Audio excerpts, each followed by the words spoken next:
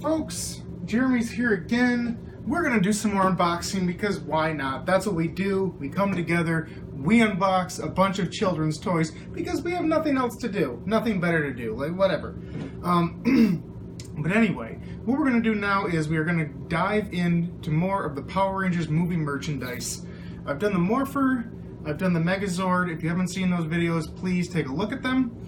But what we have now is some basic figures. Now, I'm going to show you what I got. What I got here is, this is the Target exclusive version of the figures. And I also singularly bought this gray blob thing with a, I don't know, is that like a flying saucer head? I'm told it's Alpha 5. I'm not 100% sure that's true. And on the back of the box, one thing that I want to show you first that's very interesting is we have some other figures.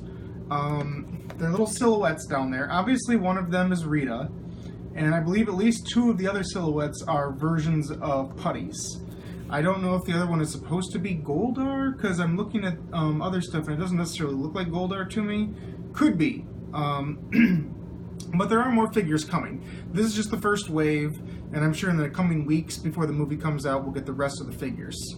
One thing I do think that is interesting to note is, and I guess it's anti-interesting, is that I feel like the boxes are very generic and very plain.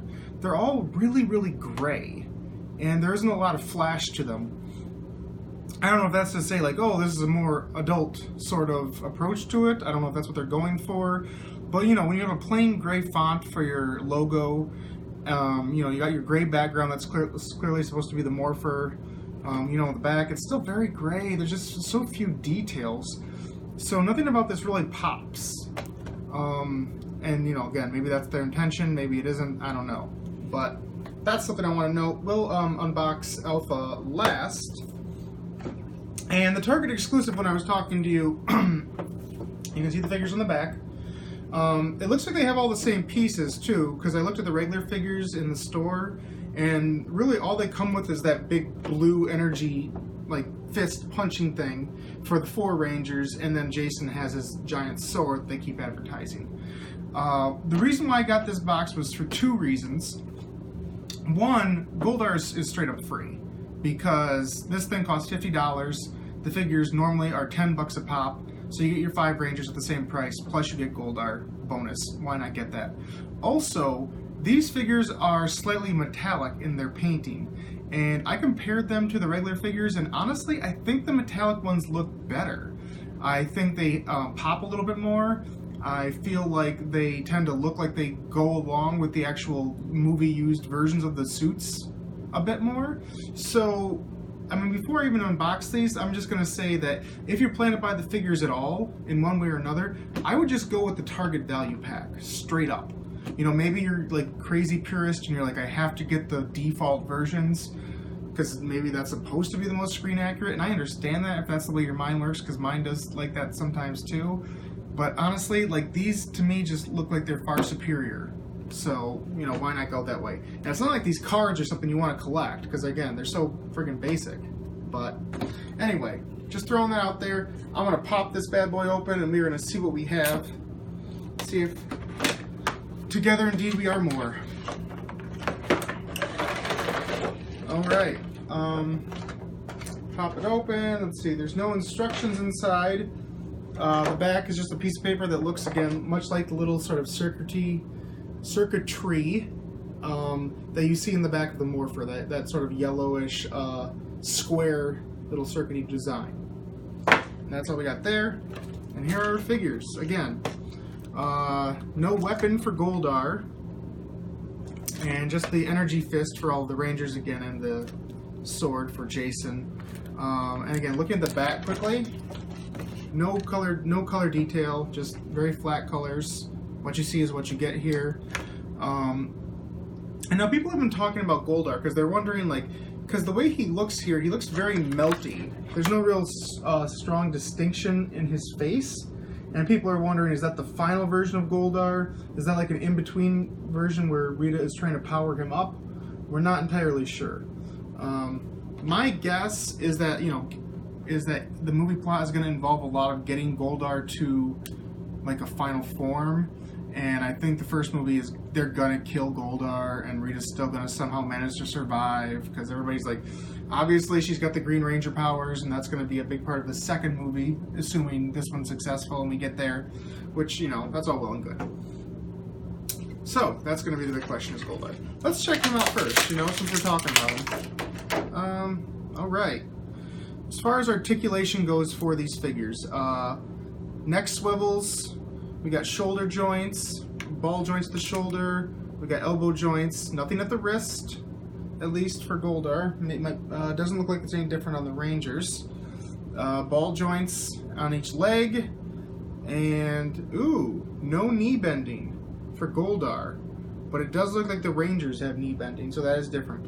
And that's it. So Goldar's posability is kind of limited. The wings are fully molded on the back. I mean, you can see where it connects, but it is glued on, so maybe that would be a problem in the long run. And his face, yeah, like you can see like the top of a helmet design that's defined, but other than that, it's just very mushy, very melty. So he's a very basic figure, but again, it's a free figure in this if you buy the value pack, so make of that what you will. Rangers, who do we want to go with first? I gotta go with my boy Billy. It's always been my favorite. Let's get his little flamey fist out. Alright, design-wise, again, same sort of articulation I mentioned with Goldar, although he does have knee bend. Let's see, details. You can see the little mesh circuitry where it's supposed to be. You can see little details. They have black and gray lines. The morpher is molded very, very well. You can even see the power coin. The light blue lines there are where they're supposed to be. So there's plenty of detail. The gray on the face and the black. And as far as the back goes, the mesh is still there, but again, there's no real other extra color detail on the back side of him. It's a pretty solid figure overall. I'm digging it. And then the fist is just a little attachment piece.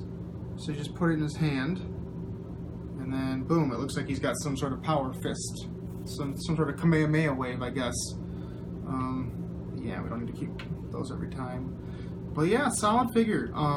Pretty decent. It's the same size as regular basic figures nowadays. I definitely agree that picking the metallic design was better. I think it shines a little more in the light, and given the way the suits are designed, and when you want to see differentiation between the different parts of the suit, because we talk about how the color-wise it can look like a big amorphous blob, I think that makes the figure look more defined.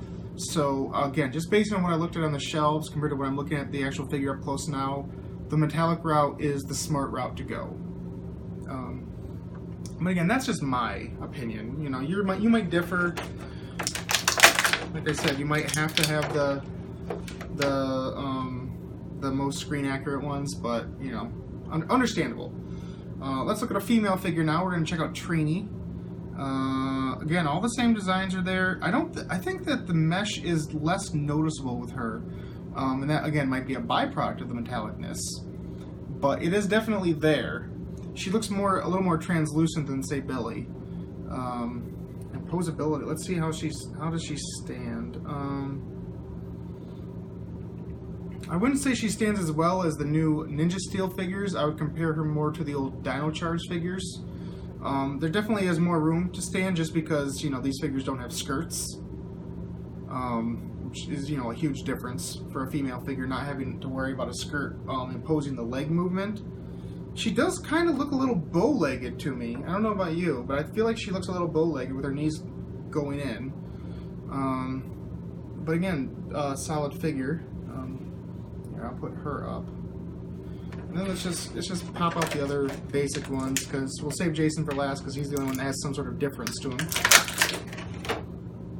Kimberly, I think the mesh looks better on her too.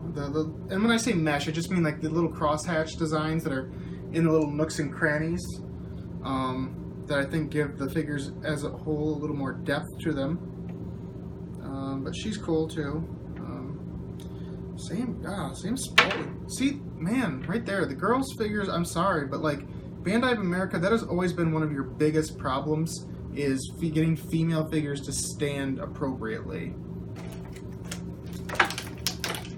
You know, so it's not like it's a new thing, but it's definitely something that Bandai's always had to worry about. Zach.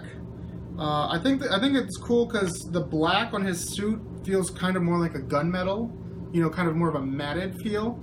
So when you look at the black on his visor, you can actually see the difference pretty easily. Like, it doesn't just blend in. And I think that's an important thing. And the light blue design, like the little highlights, work really, really well on a black costume. So I think he's one of the better figures. So far, I would say he's probably, I mean, definitely the male figures to me are better looking just in general. They stand better, but also I think just the colors work for them better with the whole metallic design and just the designs of the suits as a whole. And then we get Jason, our last piece of the puzzle. His little sword has a little handle there. So I'll pop that in his hand. And design-wise, yeah, again, the male figures are on point. I feel like he's not my favorite of the male. I would still say that I think Zach was the best looking of them all. But they're all cool figures. And if you look at it through the light, you know, I can kind of shine in the light. You can see through it. It looks really cool. And I'm going to stick with my initial assessment, which is stick with the metallic versions that you can get only at Target. Because I just think they look better overall, honestly. And yeah, there's your team. Again, decent figures. They're pretty much what you expect from any basic Bandai Ranger figures. Nothing more, nothing less, really. So if you're already a collector of the basic figures, you know what you're going to get. If you want to add the movie figures to your line, go right ahead, smart decision. Now, we're going to take a look at Elf as well. The most different of the bunch. And you know, I'm one of those where I really got to be careful with my cuts. Because even if the box design isn't my favorite, I tend to be one of those guys that keeps the boxes. And they're packaged in the same way the Ninja Steel figures are, which is 3 cuts on the back and 1 cut on the front. As long as you get like a razor blade like I have here, it's very easy to open these figures and not do any damage to your overall box. See? Slides right out. I even keep these too, so I'm, you know, kind of weird like that. See? And then this goes in the trash. Here we have our Alpha figure. Okay, well, obviously the first thing is it's so friggin' tiny, and there's so little plastic to it that it feels like you're not getting the same value as you would for a basic Ranger. Let's see, how's he stand? He stands well, you know, it's not bad. And considering he has this giant head, you'd think he would topple over, but he's pretty solid. Same sort of joints too, you know, full swivel at the top and on the arms and the legs. His knees even bend too, so he's got one over on Goldar. And then his whole body is kind of designed in that sort of meshy, cross-hatched tone.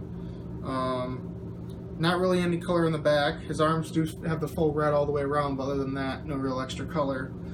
Man, Alpha is just an odd design. Like, I'm not going to sit here and say, oh, it's the worst design in the world, but it's just a strange decision, you know, to try to make him look more like E.T. wearing, like, the Starship Enterprise on his head. But, you know, fine figure if this is what you want. If you're one of those people that's going to collect all the movie figures, that's cool. Obviously, Alpha's non-essential compared to Rangers. Everybody wants the Rangers, and then they want bad guys. Alpha might not be as big of a need for a lot of fans. Basic figure, but he gets the job done. Does what you expect for a $10 figure nowadays. But honestly, that's all there is to say about him, because he doesn't have any accessories. So, why don't you put Pop Goldar up here too, you know, make him seem like he gives a crap and he's part of this. But that's our line of basic figures right there. Again, Rita's to come, a couple variations of the putties are to come. I don't know if that last silhouette is another version of Goldar. It might be. So if it is, that would be another buy. But if it's a regular version of this Goldar, then, you know, one less thing to purchase. Sorry, I'm still getting over this cold. But that is going to be it for me, folks. That is all I really have to say about these figures. Again, there isn't a whole lot to mention. You're probably the type who you've already made your decision if you're going to buy these or not. But if not, I really hope I helped you. I hope this was informative. And I am going to be back very soon with some more unboxing videos. I have another one lined up that I have to film in just a hot second. But, as always, like this video if you liked it, comment if you have something you'd like to say, subscribe to this channel if you haven't subscribed yet, ring that bell to get notified of all of my new episodes, and the best thing you can do for me, as always, is just share this video with your friends, your family, anybody at all out there, people who are excited about this movie that might be lapsed fans, that might be like, you know what, I might want to get back into this, get some merchandise, send them my way, I can give you all the information, as always. I will be back very, very soon with some more great stuff. I am Jeremy, aka Captain Subpar, saying to you, as always, forever, until the end of time, I am going to be King of the Geeks. Yeah! Like, I don't know, like, what do I want to, like, I mean, look at Moldy Man. Look, he's all, like, you might want to, yeah, take a closer look at Goldar. Like, he's kind of gooey. He's kind of gooey. He's got a creamy caramel center. Oh, I can't even do a Goldar voice. The best way to. I'm awful. I can't do it. I'm gonna blame the fact that I'm sick. Yeah, that makes sense.